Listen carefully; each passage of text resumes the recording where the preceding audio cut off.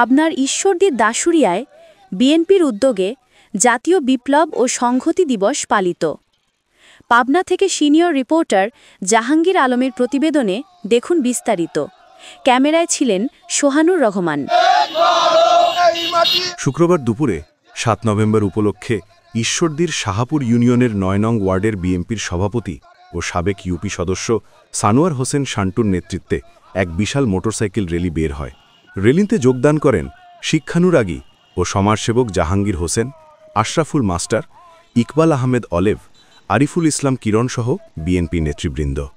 র্যালিটি শহরের প্রধান প্রধান সড়ক প্রদক্ষিণ করে দাশুরিয়া আয়োজিত অনুষ্ঠানে গিয়ে শেষ হয়। দাশুরিয়া পুরাতন ট্রাফিক মোড়ে উৎসবমুখর পরিবেশে পালিত হয়েছে জাতীয় বিপ্লব ও সংহতি দিবস। শুক্রবার বিকেলে দাশুরিয়া ইউনিয়ন বিএনপি ও অঙ্গ সহযোগী সংগঠনের আয়োজনে অনুষ্ঠান উদ্বোধন হয়।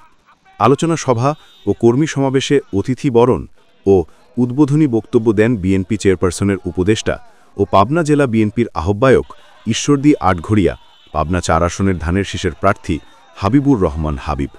আলোচনা সভায় প্রধান অতিথি বক্তব্য রাখেন বিএনপি চেয়ারপারসনের বিশেষ সহকারী পাবনা সদর পাবনা ৫ আসনের ধানের শীষের প্রার্থী অ্যাডভোকেট শামসুর রহমান শিমুল বিশ্বাস।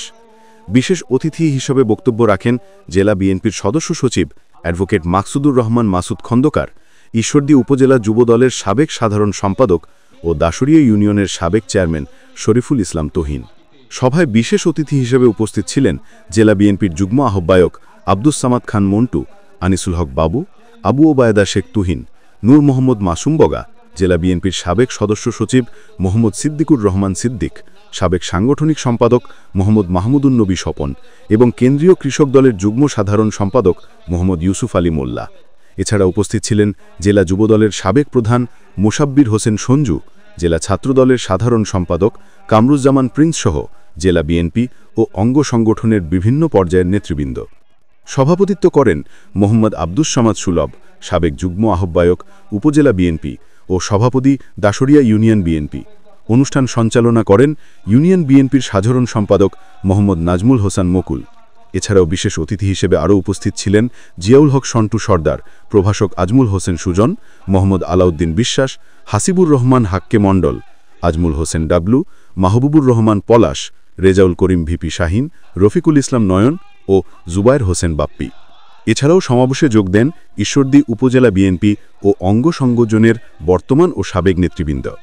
তাদের বক্তব্যে তারা বলেন, ৭ নভেম্বর বাংলাদেশের ইতিহাসে এক গৌরবোজ্জ্বল দিন। এই দিনে সেনা, পুলিশ ও জনতার ঐক্য গণতন্ত্র পুনরুদ্ধারের আন্দোলনে নতুন গতি এনে দিয়েছিল। তারা বিএনপি চেয়ারপারসন বেগম খালেদা জিয়ার সুস্থতা কামনা করেন এবং ভারপ্রাপ্ত চেয়ারম্যান তারেক রহমানের নিরাপদ প্রত্যাবর্তন ও গণতন্ত্র পুনঃপ্রতিষ্ঠার আহ্বান জানান। আলোচনা সভা শেষে জাতির শান্তি কল্যাণ ও গণতন্ত্র পুনরুদ্ধারের লক্ষ্যে ধানের শীষে ভোট চেয়ে দোয়া ও মোনাজাত অনুষ্ঠিত হয়। পুরো অনুষ্ঠানস্থল ব্যানার, পোস্টার ও দলের স্লোগানে মুখরিত ছিল। সন্ধ্যার পর মনোজ্ঞ সাংস্কৃতিক অনুষ্ঠানের মধ্যে দিয়ে অনুষ্ঠান শেষ হয়। এছাড়াও দিবসটি উপলক্ষে সকাল থেকেই জেলা বিএনপির বিভিন্ন আয়োজন অনুষ্ঠিত হয়। সকালে দলীয় কার্যালয়ে জাতীয় ও দলীয় পতাকা উত্তোলন এবং দলীয় কার্যালয় সংস্কার শেষে নতুনভাবে উদ্বোধন করা হয়। দিবসব্যাপী নানা কর্মসূচিতে জেলা বিএনপি ও অঙ্গ সংগঠনের নেতাকর্মীরা আনন্দঘন পরিবেশে অংশগ্রহণ করেন।